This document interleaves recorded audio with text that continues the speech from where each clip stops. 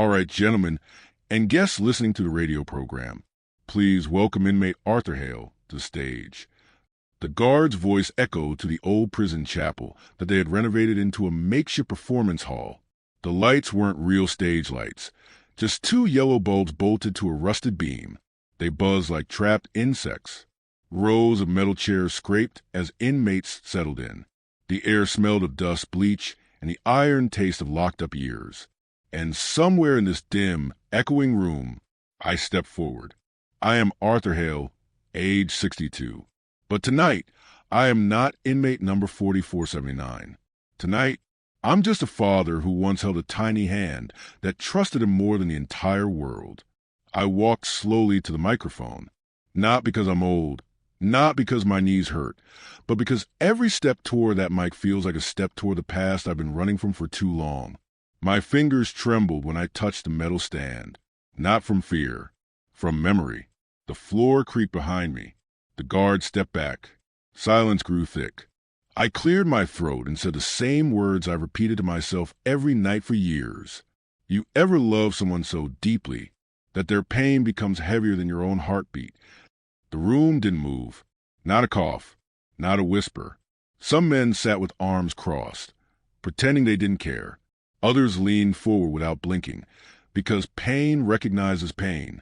I inhaled, let the air settle in my chest, and allowed the first door of the past open.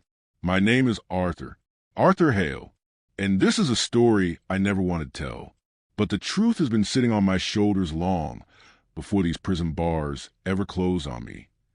My voice wavered, not from weakness, but from a weight so human every person in that room seemed to feel it.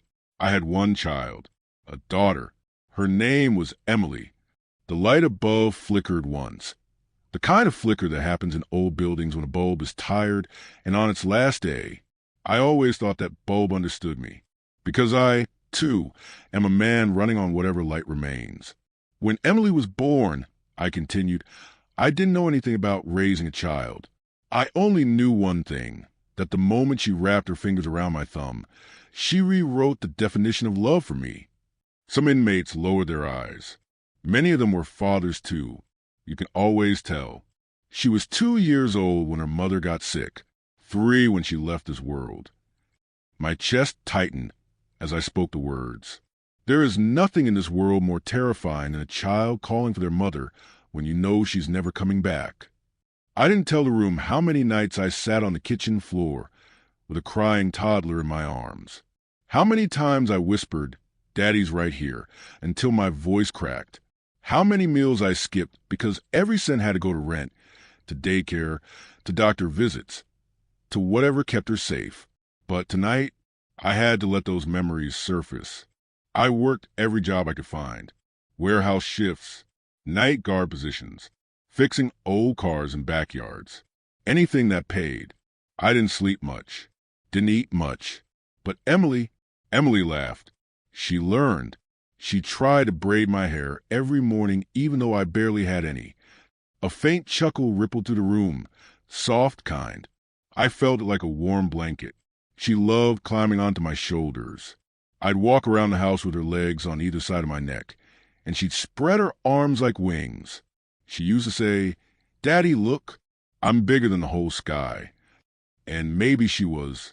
Maybe she still is. My throat tightened again. You know, people say children don't remember much before the age of 5.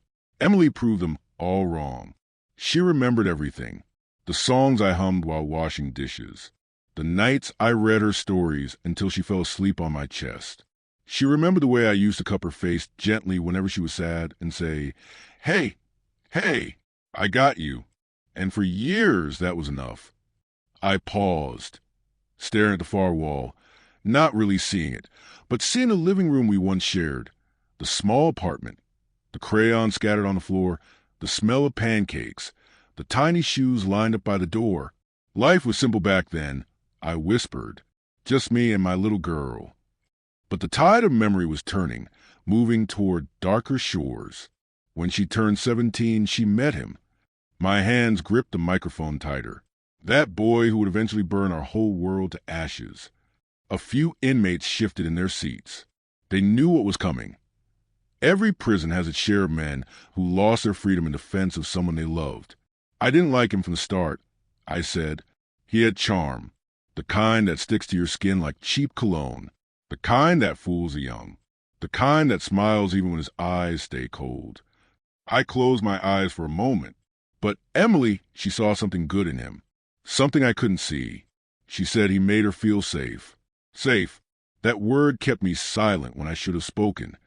My heart thudded at the memory. I wanted her to have a family again, to have someone who looked at her the way she deserved to be looked at. So I stayed quiet even when people whispered to me, "Arthur, that boy's no good." They said he gambled. They said he lied. They said he did drugs. They said he had anger bubbling inside him like a pot left too long on the stove. I shook my head slowly. But Emily was happy, and her happiness was the only light in my life. So I bit my tongue and prayed that love would change him. Maybe for her it could. The room remained still, listening. And then Emily got pregnant. I became a grandfather. A little girl with brown eyes and the tiniest smile you've ever seen. My voice softened at the memory. When I held her for the first time, I felt something I thought I'd never feel again. Hope. Pure, unfiltered hope. Emily said, "Daddy, I want her to grow up surrounded by love." And I promised her, I swore on everything I'd left inside me, that I'd help her give that baby the life she deserved. But hope has a strange way of cracking. It rarely breaks all at once. It breaks in whispers first. One evening, Emily came home with a bruise on her cheek. She said she slipped on the stairs. Anyone else would have believed her. But I knew my daughter's eyes better than I knew my own. I let that silence fill the room. I didn't question her. I didn't push her. I just held her the same way I held her when she was 3 and her mother died. I leaned closer to the microphone. The next day I went to him. I told him, "If you ever touch her again, you'll answer to me." He laughed, and for the first time, I realized Emily might be in a kind of danger I couldn't fix with just love and hard work. I let the air settle. And yet, weeks later, she went back to him. She said he was changing. She said he apologized. She said he needed her. My jaw clenched as I remembered how helpless I felt when love becomes blindness. I didn't argue. I only prayed. That's the thing about daughters. They never stop being your little girl, even when they make choices that terrify you. The room remained quiet, the kind of quiet that rests on people's shoulders. And before I go deeper, I said gently, "Let me speak to anyone listening to the radio or watching the story today." I shifted my stance slightly. If you're just starting to watch the story now, take a deep breath, because what I'm about to tell you is something I never imagined would happen in my own house, under my own roof. And if you're connected with my story, please hit the like button to bring a little sunshine to this old man. Subscribe to the channel so you don't miss my next life stories. And tell me from which city in the world you're watching this video today and what time it is there right now. It makes me really happy to know which corner of the world is listening to me. I returned my hands to the microphone. Now, let me tell you how everything fell apart, and the room braced itself. I took a slow breath, letting the stale air of the prison chapel fill my lungs.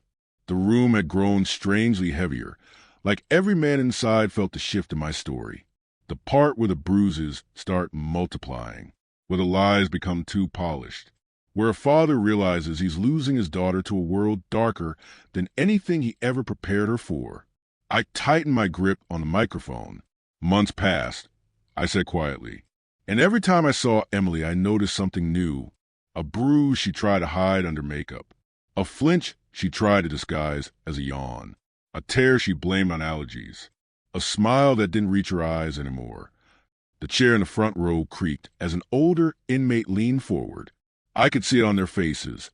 Some were remembering their own daughters, their own mistakes, their own helplessness.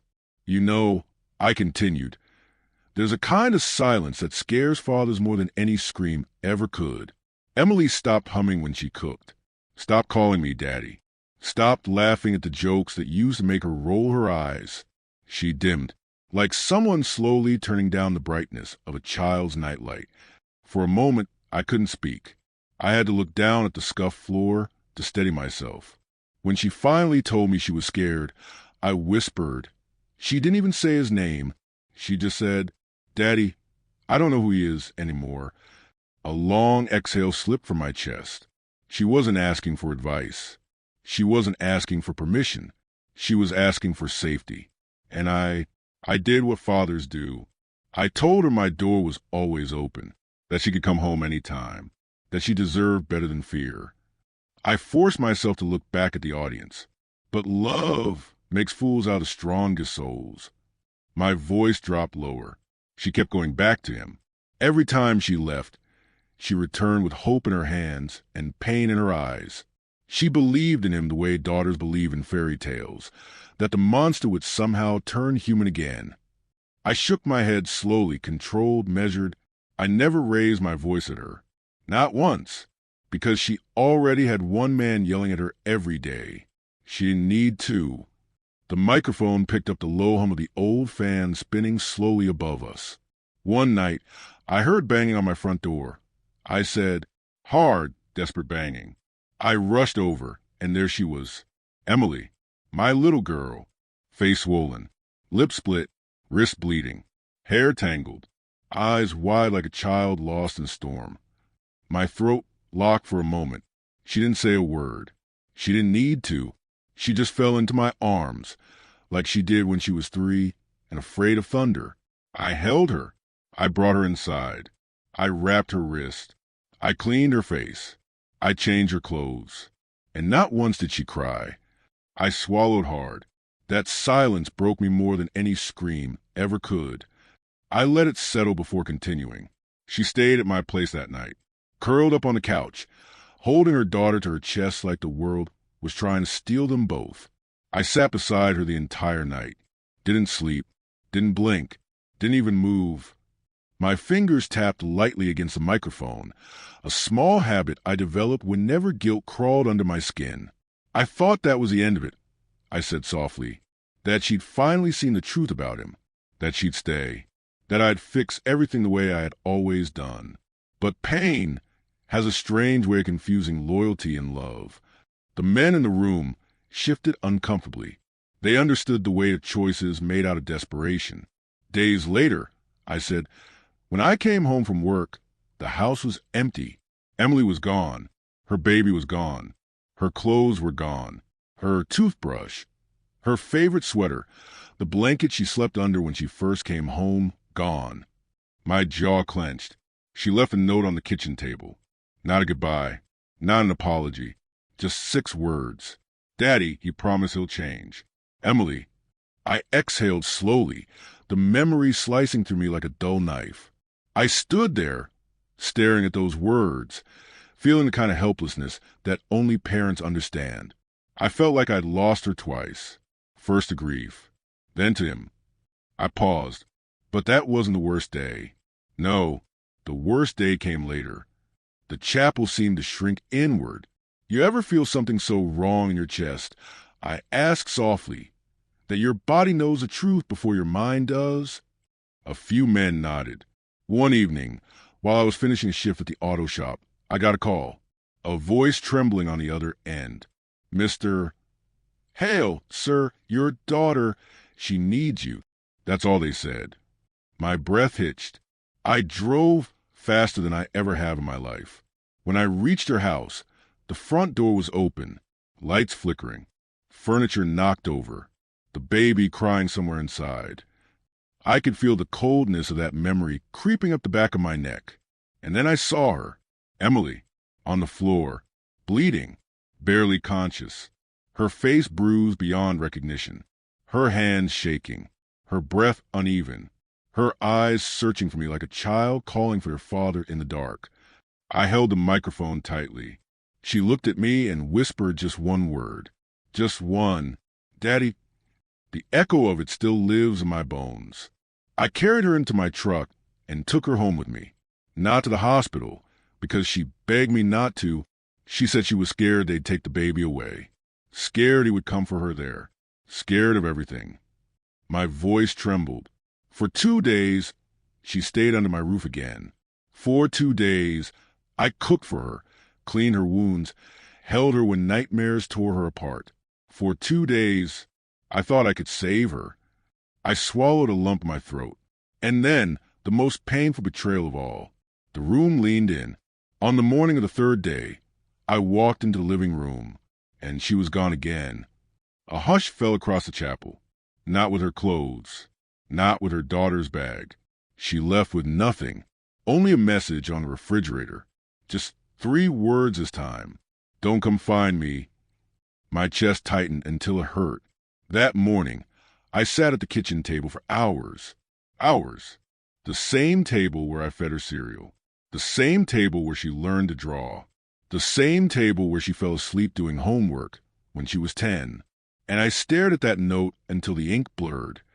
I paused, and for the first time in my life, I felt like a failure as a father. The microphone hummed softly. I didn't go after her. Not because I didn't want to, but because I knew she didn't want me to see the truth she was living in. Sometimes children choose the fire they think they can survive. I adjusted the mic slightly. For weeks, she didn't call, didn't text, didn't show up, until one night, everything changed. I rested both hands on the stand. The night that turned me from a father into a criminal. The room held its breath. And that, my friends, I said, voice low and steady, is where the real story begins. The chapel felt colder as I reached this part of my story. Even the guards, usually stone-faced, shifted their stance. Everyone in that room knew something heavy was coming. Some had lived it. Some had caused it. Some had been broken by it. I took a slow breath. My fingers brushed the metal mic stand, grounded myself the only way I could. There's a night, I began softly, that every parent fears. A night when something inside you breaks so violently that you stop being the version of yourself you've always known.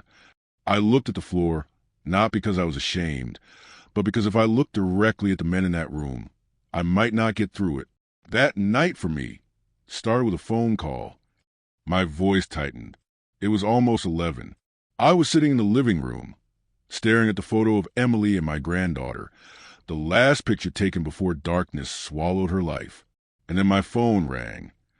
I could still hear that ringtone in my bones. It was a neighbor, the same elderly lady who used to bring Emily cookies when she was little. Her voice was trembling so badly, I could barely understand her.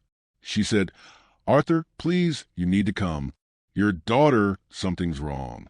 I gripped the mic until my knuckles whitened. I didn't grab a jacket, didn't grab keys consciously. I just moved. I ran to my truck. I drove so fast the streets blurred.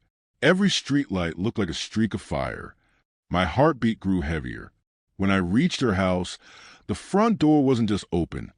It was barely hanging on its hinges. Inside, it looked like a war had happened. I let that image sit in the silence. The lamp was broken.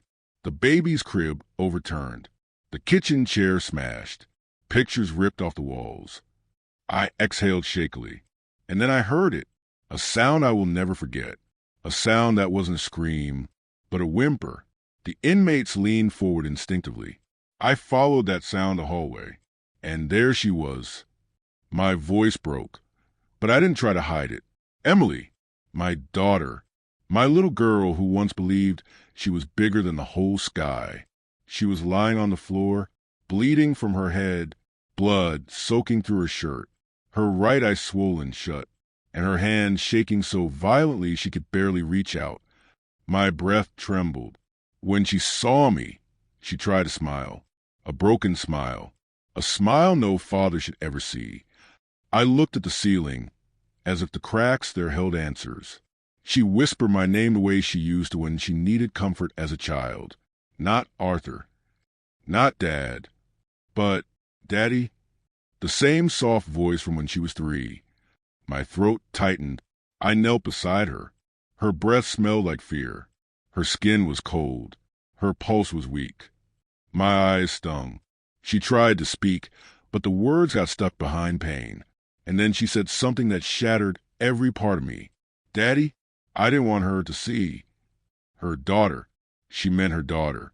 I looked around, terrified, until I saw the baby curled up behind a fallen dresser, crying silently, trying to hide, just like her mother once did. The chapel air thickened. I picked up Emily and carried her outside. The neighbor was waiting, crying, apologizing, blaming herself for hearing too late. I wiped a hand across my face. I put Emily in my truck, placed the baby in her arms. She held her even though her body was shaking uncontrollably. I closed my eyes. I was halfway down the street when the devil himself stepped out of the darkness. I opened my eyes slowly. Her husband. A murmur rippled across the inmates. He was drunk, high, or both. I couldn't tell. But his eyes were wild. Not angry, not hateful, wild. I paused. He walked straight into the middle of the road, blocking my truck. I had to slam the brakes. Emily screamed my name. The baby started crying, and he just stood there, laughing. My hands shook at the memory. I stepped out of the truck, ready to tell him to get away, to tell him Emily wasn't his punching bag anymore. But he was faster. I swallowed. He had a knife, long, shiny, held it like he'd been waiting his whole life for this moment. The men in the front row stiffened. He lunged at me without warning, didn't say a word, just charged. I lifted my left hand slightly, as if showing an invisible scar. He sliced my arm first, deep enough to sting, not deep enough to kill, and he smiled when he saw the blood. That's when I realized he didn't want to fight me. He wanted to break me. I steadied myself on the podium. He came at me again, this time aiming for my chest. But I blocked him, grabbed his wrist. We stumbled, wrestling on the pavement. The memory blurred into motion. Cars slowed down but didn't stop. People watched but didn't come closer. And in the middle of that street, under those flickering streetlights, I fought for my life, and for hers. I stared at the ground. I remember hearing Emily scream, "Daddy, please, don't leave me." And something primal snapped inside me. Something I didn't know lived in me. A kind of fire no parent ever wants to feel. I inhaled. He pinned me to the ground, the knife inches from my throat. His breath reeked of alcohol and rage. His words were slurred but clear enough. If I can't have her, no one will. The room tensed, and that was the moment everything inside me shattered. My voice became a low tremor. I twisted, grabbed his wrist. We rolled. He dropped the knife. I grabbed it before he did. I looked down at my hands like they still held the blade, and then I ended it. Silence swallowed the room. I didn't think. I didn't count. I didn't aim. I just struck. Again, and again, and again. My voice trembled. When I stopped, the world was quiet. Too quiet. I raised my eyes, heavy with the truth. I didn't kill him because I hated him. I killed him because he was killing my daughter. And in that moment, nothing else mattered. The chapel was still, so still you could almost hear the memories breathing. I carried Emily back home, laid her on the couch, held her hand, waited for the sirens that would take me away. And when they came, I didn't run. I didn't resist. I didn't deny it. I placed my hand over my heart. I only said one thing to the officers. Make sure my daughter gets to sleep safely tonight. A long pause. And that's how I became inmate number 4479. I stepped back from the mic for a moment, letting the waves settle. But my story, it didn't end with blood on the street. The real story began inside these walls. I took a breath, because every week, without fail, Emily came to see me. And with that, I prepared to open the next door. When I said those words, Emily came to see me every week. Something shifted in the chapel. A few inmates lifted their heads. Even the guards seemed to breathe in a little deeper, because visits, they're rare in prison. They're sacred. They're the last door that doesn't lock. I leaned toward the microphone, letting the memory take over. You'd think a prison visiting room is loud. I said softly. You'd think it's full of shouting, crying, arguing, handcuffs rattling, but it's not. It's quiet. Too quiet. Like everyone in there is trying not to break. I looked at my hands. I remember my first day in that room. The guard took off my handcuffs, told me to sit at table 12. The metal chair was cold, the table scratched with stories of men who had lived entire lifetimes behind bars. My throat tightened. I kept staring at that door, the door where visitors come in. My heart was beating like it did the day she was born, fast, terrified, hopeful, breaking. I paused, and then it opened. The image of that moment lived behind my eyes like a tattoo. Emily walked and holding her daughter, my granddaughter, on her hip. Her hair was tied back.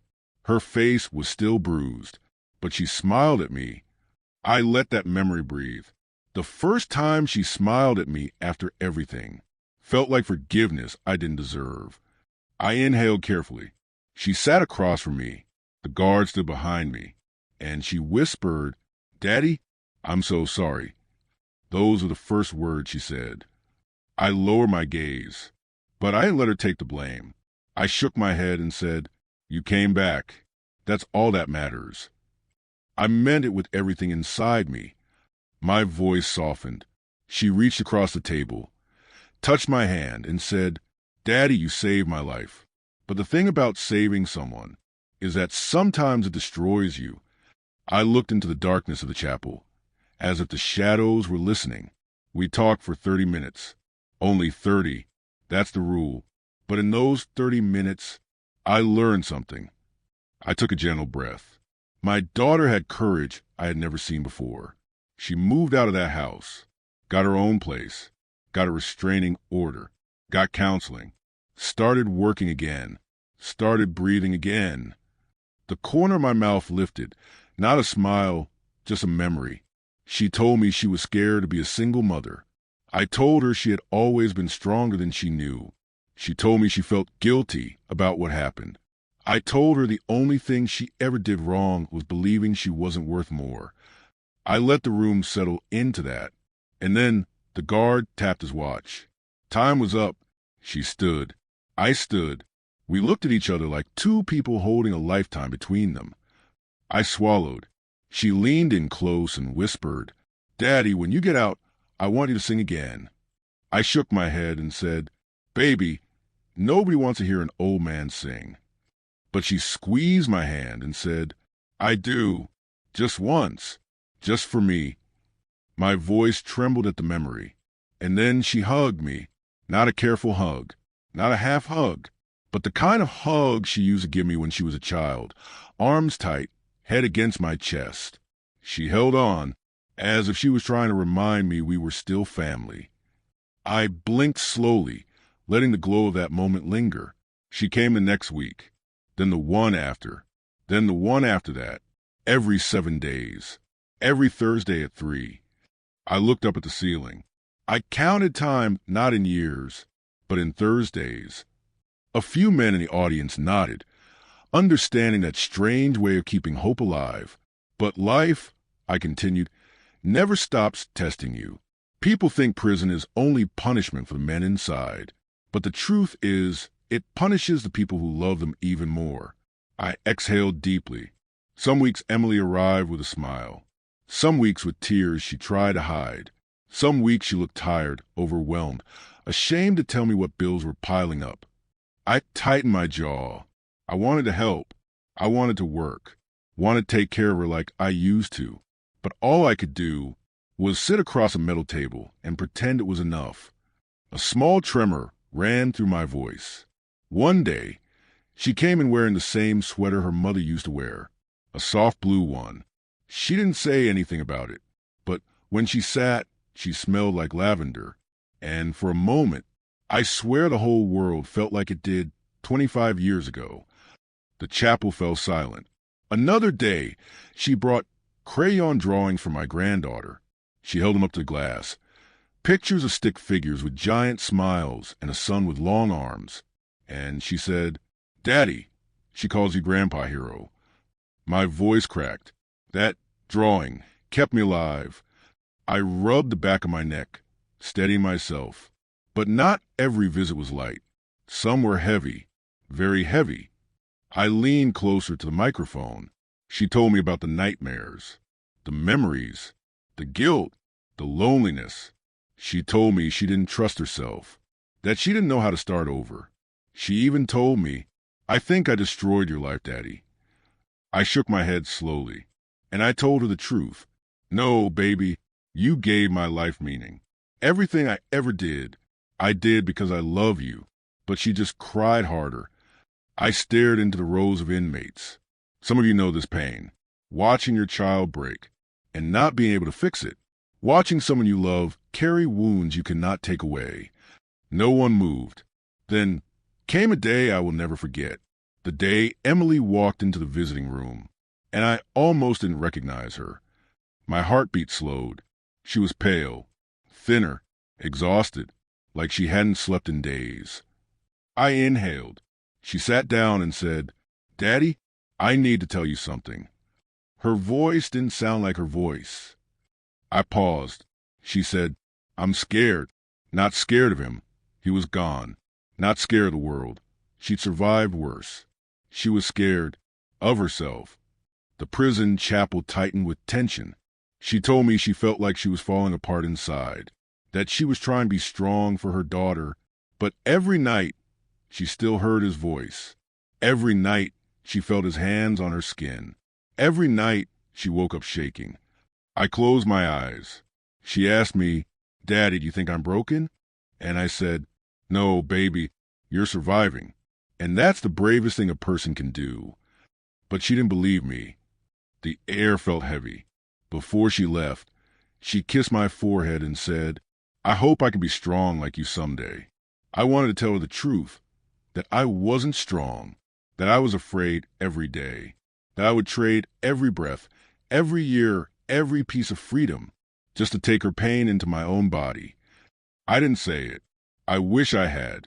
She walked out that day slower than usual, and when the door closed behind her, something inside me knew something was wrong. I steadied my breath. A week passed. No visit. Another week. Still nothing. I felt the ache in my chest, as if it were happening all over again. I asked the guards, asked the chaplain, asked anyone who would listen, but no one knew. I leaned into the microphone, and then a letter arrived. The chapel froze. A letter that changed everything. The chapel was silent, not prison silent, heart silent. Everyone in that room, every inmate, every guard, every soul who had ever lost someone, leaned in because they knew what a letter means in prison. Letters don't just carry ink, they carry storms. I pressed my palm against the mic stand, feeling the chill of it seep into my skin. The letter wasn't from Emily, I said softly. It wasn't in her handwriting. It didn't smell like the lavender lotion she always used. It wasn't folded the way she folded her notes. Something felt wrong before I even opened it. I remembered that moment with painful clarity. I was in my bunk. The guard slid the letter through the bars. I stared at it for a long time. My hands wouldn't move. My heart wouldn't move. I looked out over the rows of faces staring back at me. You ever know something's wrong before you even see it? You ever feel your soul step back, like it's trying to protect you from what's coming? A few men nodded slowly. I finally opened the envelope, and the world inside me just collapsed. I wet my lips, the memory so sharp it still cut. The letter was from a hospital, a social worker. It said Emily had been admitted, that she was in critical condition, that she had no other family to contact, that I was the only name she whispered before she lost consciousness. My stomach twisted. I dropped the letter. My hands were shaking so badly I couldn't even pick it back up. The guard saw my face and asked if I was all right. I couldn't speak. All I said was, "I need to go. I need to get to her." I swallowed, but the guard just closed his eyes and shook his head. "You know the rules, Hale. You're not leaving these walls." A cold wave went through the room. I begged, not with pride, not with dignity, with desperation. I shifted my weight, remembering the humiliation. I said, "Please, she's my daughter." He said, "I'm sorry." I said, "I will work for years to pay it off." He said, "There's nothing I can do." I said, "She needs me." He whispered, "I know." The chapel was still. They wouldn't let me go. I wasn't allowed even a phone call. Not then. Not for days. I felt a heaviness sit on my chest. For the first time since Emily was born, I wasn't there when she needed me. Not because she didn't want me there, but because I had put myself behind bars. I let that truth settle, raw and bitter. I spent 3 nights awake in my cell. Didn't eat. Didn't close my eyes. Just stared at the ceiling and prayed like a man who didn't know how to pray anymore. My voice grew quiet. On the 4th morning, the chaplain came to my cell. He carried a clipboard, and the moment I saw his eyes, I felt something inside me crumble. I gripped the podium harder. He said, "Arthur, sit down." I didn't. I couldn't. My knees wouldn't bend. My throat tightened. He said, "Your daughter's alive." My chest cracked open with relief. And then he added something else. A long pause. He said, "But she won't be coming back for a while." I blinked slowly. She wasn't dead, but she wasn't okay. She wasn't even awake. The room held its breath. Emily had collapsed from stress, exhaustion, and untreated trauma. Her body had given up before her spirit did. I exhaled shakily. The doctor said she'd been trying to work 2 jobs, trying to raise her daughter alone, trying to pay bills she couldn't keep up with, trying to overcome memories she couldn't outrun. My heart throbbed in my chest. I asked the chaplain, was she alone when it happened? He nodded, and that answer haunts me more than anything. I could almost hear the empty apartment. She was found on the kitchen floor, my granddaughter crying beside her. Emily's hand stretched toward the phone, but she never reached it. I wiped my thumb across the corner of my eye. They kept her in the hospital for weeks, and every day I waited for news. Every day I asked the guards. Every day I begged the chaplain. Every day I hoped she'd walk into the visiting room again. My voice broke, but she didn't. Silence. Her daughter, my granddaughter, was placed with a temporary family. They said children can't wait. They said Emily needed treatment. They said she needed time. I let a deep breath shake through me, and then, one morning, a sound came over the prison speakers. My name. I paused. Inmate Hale. Report to visitation. Urgent. The memory trembled inside me. I walked faster than I had in months. The guard at the door looked at me with something like pity. He said, "Someone's here to see you, Arthur." It's her doctor." I felt every eye in the chapel watching me. I sat at table 12. The doctor sat across from me, and he said the words that stole the remaining pieces of my heart. My voice dropped to a whisper. He said, "Your daughter is alive, but she's not the same." A chill went through the room. She wasn't talking, wasn't responding, wasn't smiling, wasn't asking for me, wasn't asking for anyone. I steadied myself. The trauma had taken pieces of her mind, pieces of her memory, pieces of her light. I pressed my palm flat on the podium.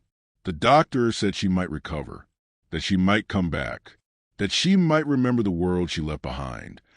I squeezed my eyes shut, and then he handed me something, a small envelope with my name on it. I inhaled sharply. It was the last letter Emily wrote before collapsing. She never mailed it. They found it on her nightstand. The memory stung like a fresh wound. I opened it right there in that cold visiting room. I let the words fall slowly. The letter said, "Daddy, I don't know if I could be saved, but I want you to know something. You didn't fail me. I failed myself. I should have listened to you. I should have stayed. I should have run sooner. But, Daddy, I'm trying. For her. For you. For me. If I fall again, don't think it's your fault. Just remember I love you. Just remember you're my hero." A tear slid down my cheek. That letter destroyed me and saved me, all at once. I looked up at the audience, at men who hid their own tears behind lowered faces. I didn't know if she would ever walk through those doors again. I didn't know if she'd remember me. I didn't know if she'd wake up calling my name, or calling for someone who no longer existed in her memory. My voice softened, but I made a promise to myself that day. If she ever walked into that visiting room again, I would spend every second of my life rebuilding what she lost. I stepped back from the podium, but life has a way of testing the promises we make. I took a long breath, and a month later, the day came. The chapel leaned in, the visiting door opened, and Emily walked in. I let the weight of that moment settle. She was thinner, paler, moving slowly, holding her daughter's hand. My voice trembled, and she looked at me with eyes that didn't fully recognize me. When the visiting room door opened that day, I swear the entire prison fell silent. Even the metal detectors stopped humming in my ears. Even the guards stopped shifting their feet. Even the clocks on the wall felt like they forgot how to tick. Because there she was, my daughter, Emily, but not the Emily I carried on my shoulders. Not the Emily who used to braid my thinning hair. Not the Emily who smelled like lavender and cheap perfume. Not the Emily who called me Daddy with that light in her eyes. She walked in slowly, each step careful, like she was stepping onto ice that could crack under her weight. Her daughter held her hand, or maybe she held the child's tiny hand. I couldn't tell who needed who more. Her hair was tied back, but not neatly. Her clothes were clean, but not in a way that came from care. More like someone handed them to her earlier that morning. Her eyes, oh God, her eyes were the hardest part. They weren't empty.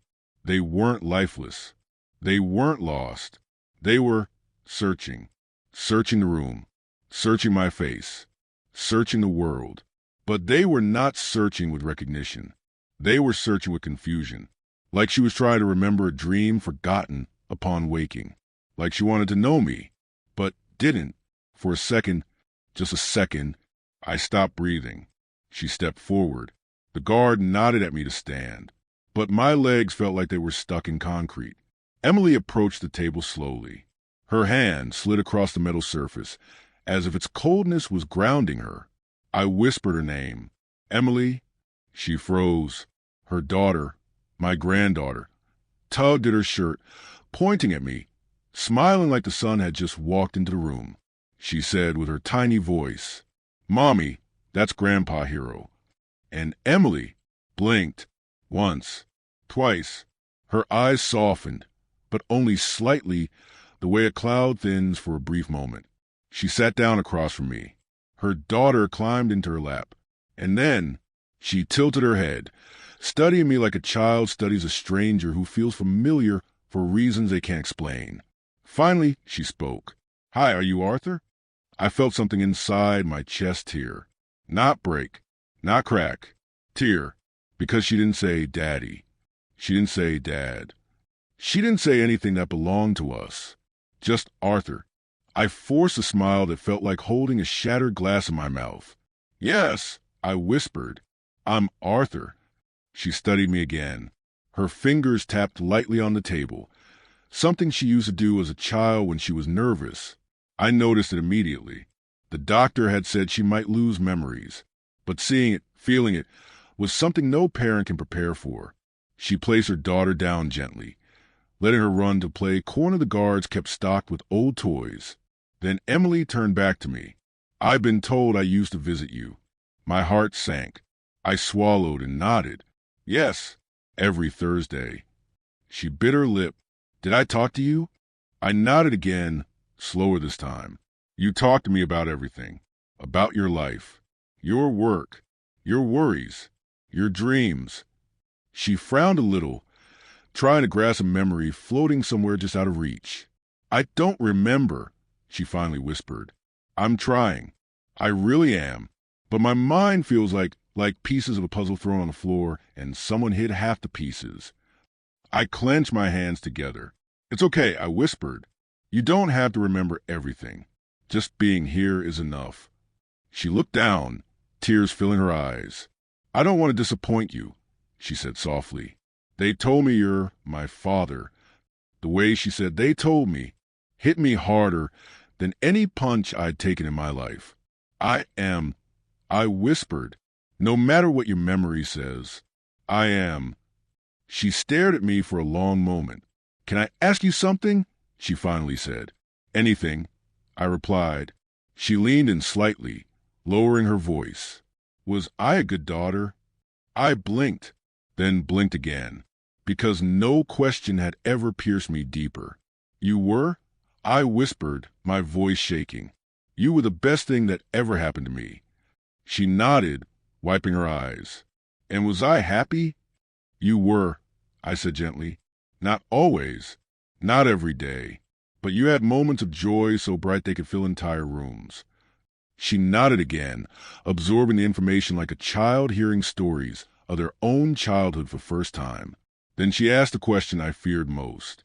"And was he good to me?" Her husband, the man I killed. My heartbeat thudded painfully. I breathed in slowly. "No," I whispered. "He wasn't." She waited. "He hurt you," I added, and he didn't stop. She sat back, processing it. Somewhere in her mind, a shadow must have stirred, a fragment of fear, a flicker of memory, but nothing clear enough to haunt her. Not yet, not fully. "Then why did I stay?" she whispered. Oh, God, why did she stay? Why does anyone stay? Love? Hope? Fear? Control? Loneliness? I thought of telling her the long answer, the one filled with tears and second chances and bruises she hid under sweaters. But she didn't need the long answer. "Not now. You stayed," I said gently, "because you believe people can change, because you had a good heart, because you tried to fix someone who didn't want to be fixed." She nodded. "That sounds like me," she whispered. Then her voice softened. "So you protected me." I closed my eyes. "Yes." "And you went to prison for it." "Yes." "For me?" "Yes." She stared at me, and for the first time since she walked in, I saw something flicker in her eyes. Recognition? Love? Pain? Memory? I don't know. Something. She reached out, slowly, hesitantly, and placed her hand over mine. Her voice shook. "I don't remember you, Daddy, but something in me feels like you're home." Something inside me shattered, but in a good way this time. Hope, maybe. A fragile hope. Then the guard tapped his watch. 5 minutes left. I hated those words more than any sentence I'd ever received. Emily stood up slowly, calling her daughter back to her side. "We'll come again," she said softly, "if that's okay." I nodded, too fast, too desperately. "It's more than okay," I whispered. "It's all I want." She hesitated, then leaned in and placed her forehead gently against mine. "I'm trying," she whispered. "I just wanted you to know that." When she stepped back, the light above her flickered, creating a halo around her face, a reminder that even broken things can glow. She walked away slowly. Her daughter waved at me and blew a kiss. And just before the door closed, Emily turned back one last time, her lips parted, almost forming a word, a name, a memory. "Dad." The door shut, and the word died in the air. But I heard enough to know one thing. My daughter wasn't lost. She was finding her way back, one memory at a time. The chapel light seemed dimmer as I continued, or maybe it was just my memory lowering the world around me so the past could take center stage. The inmates sat still, some with arms crossed, others leaning forward, some gripping the edges of their seats as if holding on to their own ghosts. I took another breath and spoke into the microphone. After that visit, after she almost called me Dad again, something inside me woke up. Something I thought I'd buried the night I surrendered to the police. I steadied myself. Hope. It was a small word, but inside this place it felt like thunder. I started counting my days differently. I said, not by meals, not by lockdowns, not by lights out or morning roll call. I counted by something else. I paused. Thursdays. A soft ripple of understanding spread through the room. Some weeks she came. Some weeks her caseworker came alone. Some weeks she'd write short letters, shaky handwriting, uneven lines. Letters that said things like, I looked down as if the words were still sitting in my hands. Daddy, I had a good day today. Daddy, I cooked again. Daddy, she said her first full sentence today. Daddy, I have nightmares some nights, but I'm trying. I let those letters drift in the air. You have to understand something, I said softly. When someone is healing, it doesn't come in straight lines. It comes in circles. It comes in steps forward and steps backward. It comes in tiny victories you celebrate like miracles, and heavy nights where you wonder if any of it matters. I lifted my hand slightly. One Thursday, she walked in smiling. She looked healthier, stronger. She laughed. A real laugh. The first one I'd heard in years. She said she was starting a part-time job again, that she was feeling proud of herself. I nodded, remembering. I couldn't stop smiling that day. I sat on my bunk afterward, staring at the wall like it was a sunrise. Even the guards noticed I walked lighter. The prisoners listened with something beyond curiosity. They listened like men starving for a story that didn't end in failure. But then, I sighed. Another Thursday came, and she didn't show. I waited, and the next, still nothing. A cold ache sat behind my ribs. The chaplain found me that evening. He said Emily was struggling again. That trauma doesn't disappear just because you want it to. He said she was overwhelmed by the memories returning too fast. I rubbed my thumb against the mic stand. Memories can be a blessing, but when you've lived through hell, memories are landmines. The room seemed to pull closer around me. I asked the chaplain one question. Does she remember me? He didn't answer right away. Finally, he said, some days, yes. I paused. Some days, yes. I let that linger. That kept me alive. Not parole hearings, not programs, not time served. Just the possibility that on some days, my daughter remembered me. I inhaled deeply. The next time she visited, she was different. The inmates leaned in. She walked in slowly, but not confused like before. She had a look on her face like she'd been crying for hours. Her hands were shaking, but she wasn't trying to hide it. I closed my eyes. She sat down across from me and whispered, Daddy, I remember something. My chest felt tight. She said she remembered hiding behind a dresser with her daughter. She remembered hearing footsteps. She remembered the sound of something breaking. She remembered the way her heart felt like it was trying to run out of her chest. I took a breath, and then she remembered me carrying her, holding her, protecting her. Tears stung inside of my eyes. She whispered, I don't remember everything, but I remember love. I felt the chapel shift. A few men wiped their eyes. One guard looked away, jaw clenched, pretending he wasn't listening. That day, I said, was the beginning of her healing, not because she remembered the pain, but because she remembered the love. I leaned closer to the microphone, but healing is not a single moment. It's a long road, and some parts of that road are darker than the night you fear most. The chapel stilled again. There came a day, I continued, when Emily walked into the visiting room and couldn't sit down. She paced, back and forth, her hands twisting, her lips trembling. I remembered the way the fluorescent lights flickered overhead as she moved. She finally stopped and whispered, Daddy, I did something wrong. I froze. She said she had been trying so hard to be strong, to raise her daughter alone, to work 2 jobs, to heal her mind. But some nights she broke. Some nights she drank. Some nights she felt the walls closing in. My hands tightened around the mic stand. She said she yelled at her daughter once, not because of her, but because the world was too loud inside her head. She said she cried afterward for hours. She said she felt like she was becoming him. She said she was terrified. I could still hear her voice. But do you know what broke me the most? I whispered. She looked at me and said, I think I'm failing my little girl. I closed my eyes for a second. I shook my head. I told her she was not failing. I told her healing mothers make mistakes too. I told her being overwhelmed isn't weakness. It's humanity. I told her she was brave, even on the days she didn't feel brave. My voice softened, and then she said something that I will remember for the rest of my life.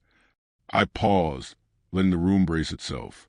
She whispered, Daddy, I hate him for what he did to me, but some days I also hate myself for letting it happen. A murmur of pain rippled through the inmates. I let my voice drop to a near whisper, and I told her the truth. Baby, none of this was your fault. Not the fear, not the pain, not the staying, not the leaving, not the breaking. None of it. I opened my hands. She cried then. Deep, heavy sobs, the kind that shake the body and the soul. The kind that don't come from the throat, but from a place beneath the ribs. I exhaled, and I wanted to hug her, wanted to pull her across that table, wanted to hold her the way I used to when she was 5 and scared of thunderstorms. But there was a table, and rules, and guards, and bars. So all I could do, I said softly, was sit there and let her cry, because sometimes presence is all love can offer.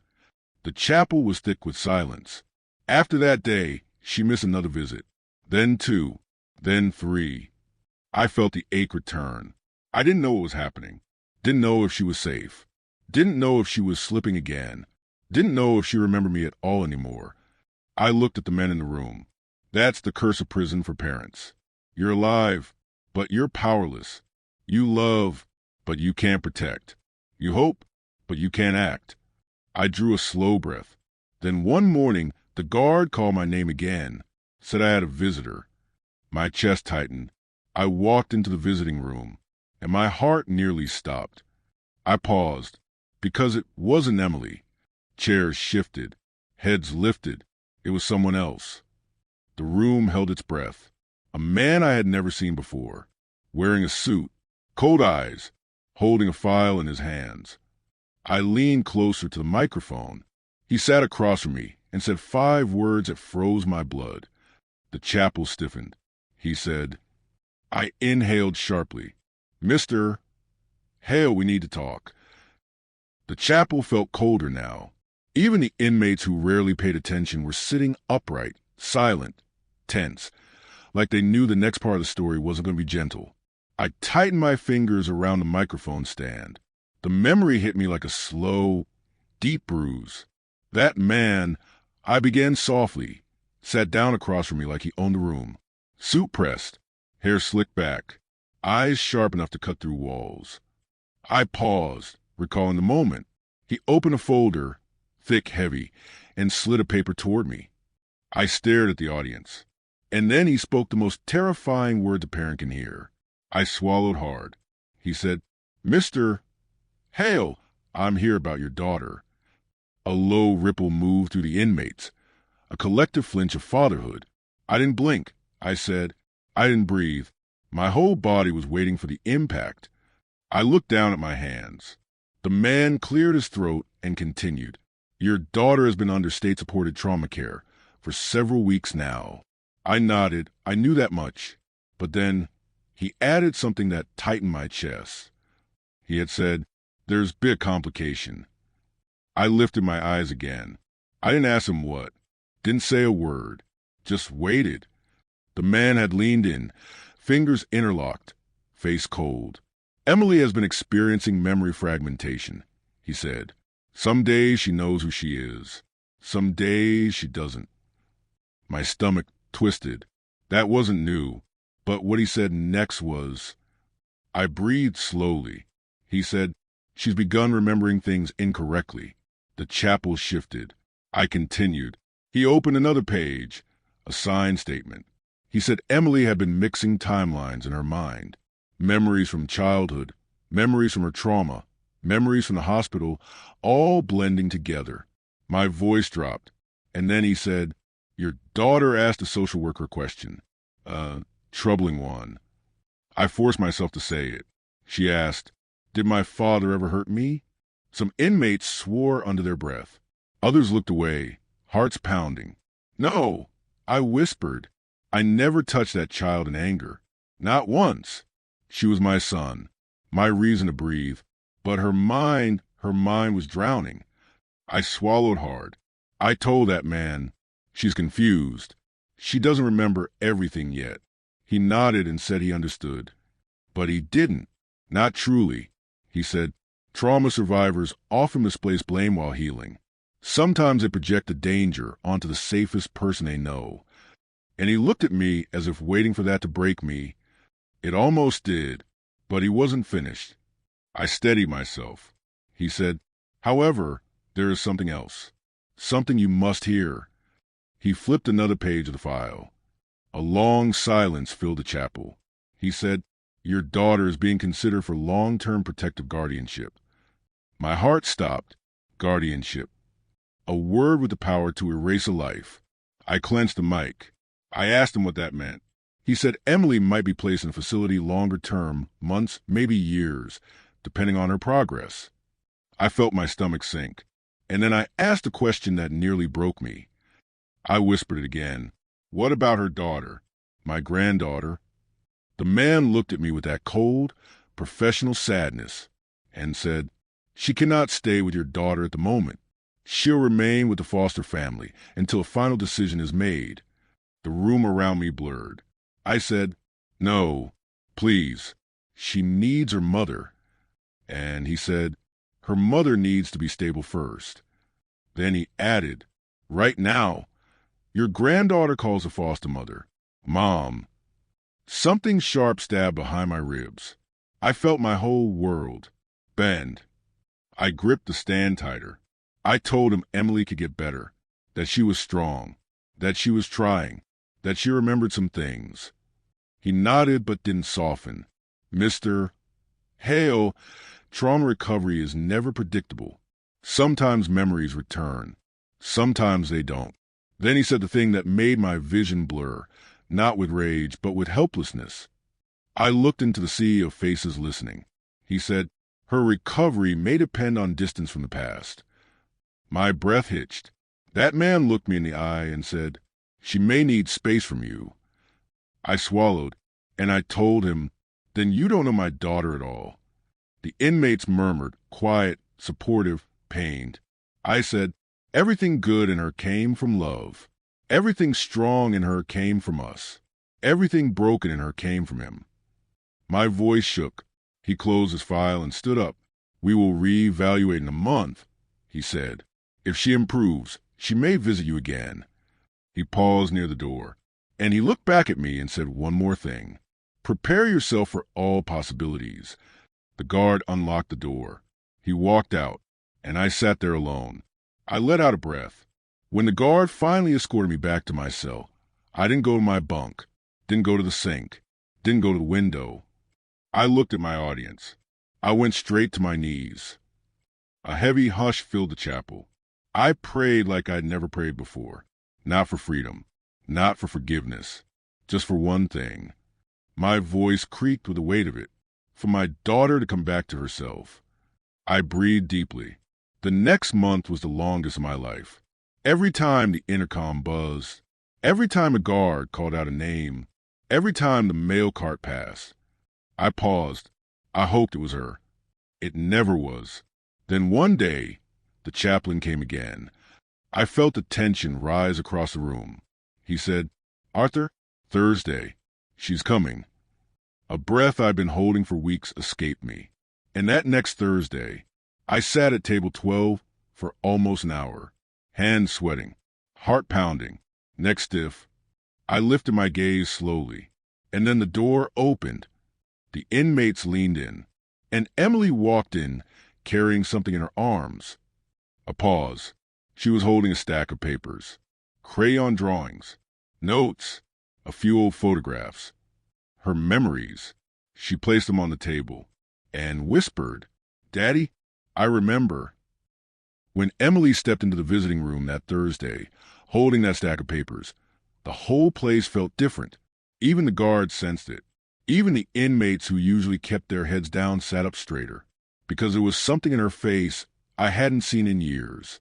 Awareness, intent, recognition. Emily walked slowly toward table 12, clutching those papers to her chest like someone protects something fragile or sacred. The moment she reached my table, she didn't sit. She just looked at me, really looked at me, with eyes that trembled the way they used to when she was a little girl trying to hold back tears. Her voice was barely above a whisper. "Daddy, I remember." Those 3 words felt like sunlight breaking through a decade-long storm. My hands went numb. My breath caught. My throat closed up with a feeling I hadn't felt since the day she was born. I couldn't move, couldn't speak. All I could do was stare at her, my daughter, the same child I raised, the same soul I fought for, the same heart I nearly died protecting. She finally sat down, placed a stack gently on the metal table. Her hands shook. When she spoke again, her voice wavered like she was afraid her own memories might disappear if she didn't say them fast enough. "I know who you are," she whispered. "I know you're my father. I know you're the one who used to hold me when I had nightmares. I know you're the one who taught me how to ride a bike. I know you're the one who worked 3 jobs just to keep the lights on." Her fingers touched the edge of one photograph, a faded picture, me holding her on my shoulders, her arms stretched like wings.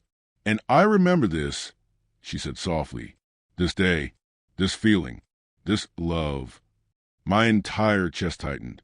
She looked up, tears streaming down her cheeks. I thought I lost this memory forever.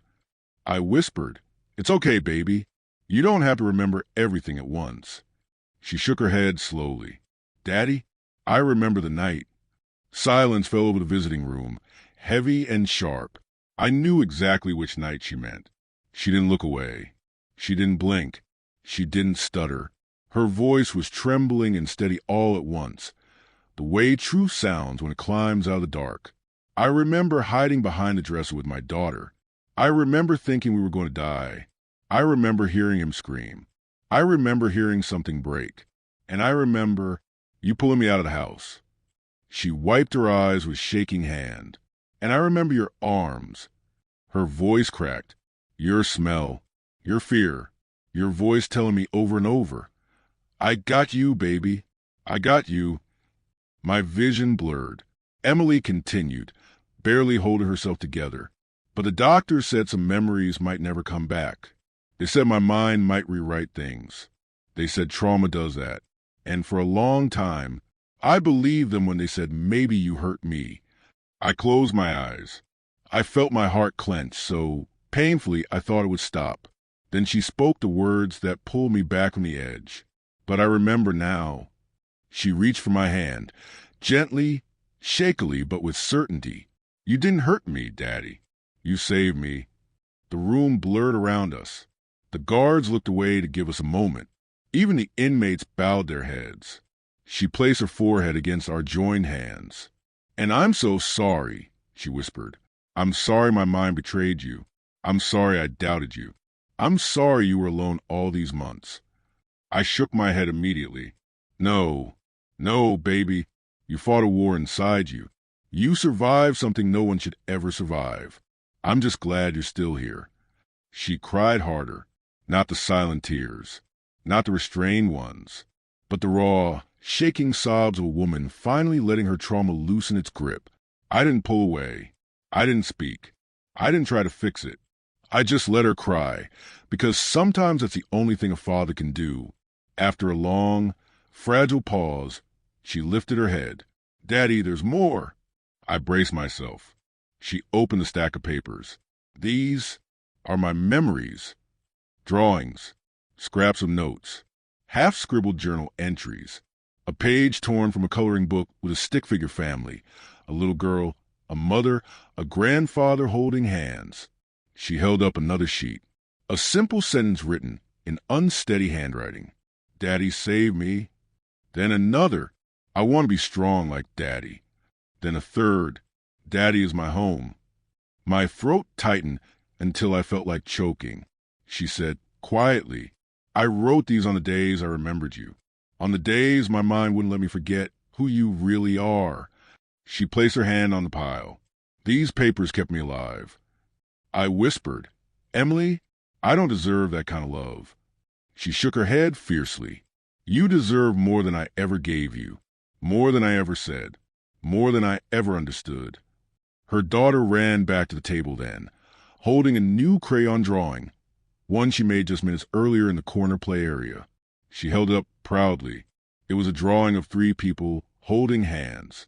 A tiny girl, a woman, an older man behind bars. Above it, she had written, with help from whoever was supervising, "Me, Mommy, Grandpa Hero, my granddaughter, not even old enough to spell her own name perfectly, had spelled hero perfectly. I lost what little strength I had left. I bowed my head into my hands, unable to stop the tears. Emily reached across the table again, this time with certainty, with love, with memory. "Daddy," she whispered, "you didn't just save my life. You saved hers too." I lifted my head slowly.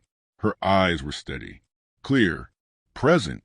And then she said something I will carry with me long after these prison walls rust away. "Daddy, when you get out of here someday, I want us to start over. All three of us. A real home. Not perfect. Not fixed. Just real." My voice trembled. "Baby, that's all I ever wanted." She squeezed my hand gently. "But before any of that," she continued, "I want something else." I leaned closer. She took a deep breath, tears shining in her eyes, and whispered, "Daddy, will you sing for me again? Just once. Just like you used to when I couldn't sleep." My heart split open. I nodded, slowly, with both pride and sorrow. "Yes," I whispered, "I'll sing for you." And that's when the guard tapped his watch. Time was up. Emily stood, holding her daughter's hand. She looked back at me one last time. Her voice was soft, but strong enough to stay with me forever. "Daddy, I remember who you are, and I'm coming back next Thursday." The door shut behind her, and for the first time in years, I wasn't left in darkness. I was left with hope. The chapel was silent, not the kind of silence that comes from fear, but the kind that comes when 100 men hold their breath at the same time, because they knew boys in prison no rage, men in prison no regret, but fathers in prison. Fathers know what it feels like to lose something they can never replace. I held on to the microphone as if it were the last piece of the world that hadn't slipped through my fingers. After Emily left that Thursday, I began quietly. I didn't go back to my cell right away. I looked down at my hands that had once changed diapers, held crayons, tied shoelaces, and then became the very same hands that ended a man's life. I went to the chapel, right here, this same room. The inmates shifted, not uncomfortably, but with the weight of shared understanding. I sat in the last row. I continued, and I tried to imagine what it would be like to sing again. I let a breath out slowly. Emily always said I had a Sunday morning voice. Warm, soft, calming. A faint smile touched my lips. She used to crawl into my lap when she was 4 and say, "Daddy, sing the sleepy song." And I would, every night. I exhaled, remembering those tiny arms around my neck.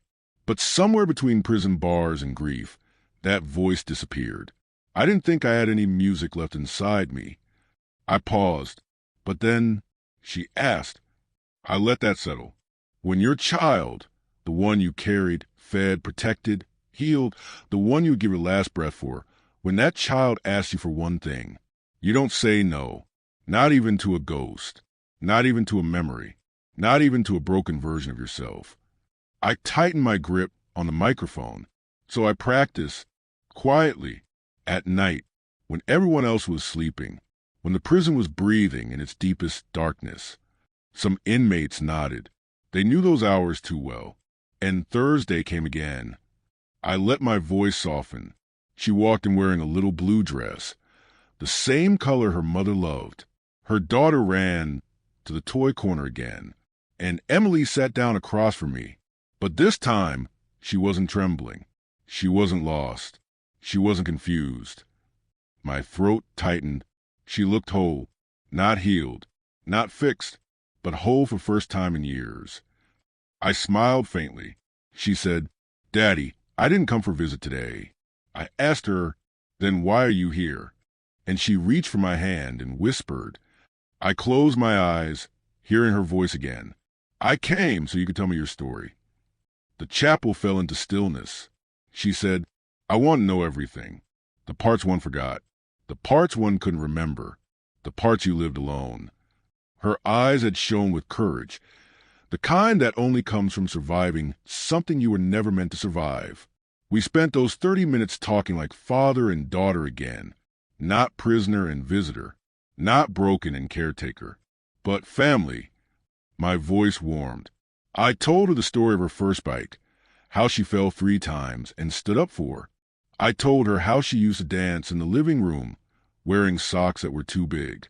I told her how she once asked me if clouds fall from the sky like pillows. Soft laughter rippled through the inmates. I told her about her mother, how she loved music, how she left too soon, how Emily had her eyes. My eyes stung, and then the guard tapped his watch. Time was never a friend of mine.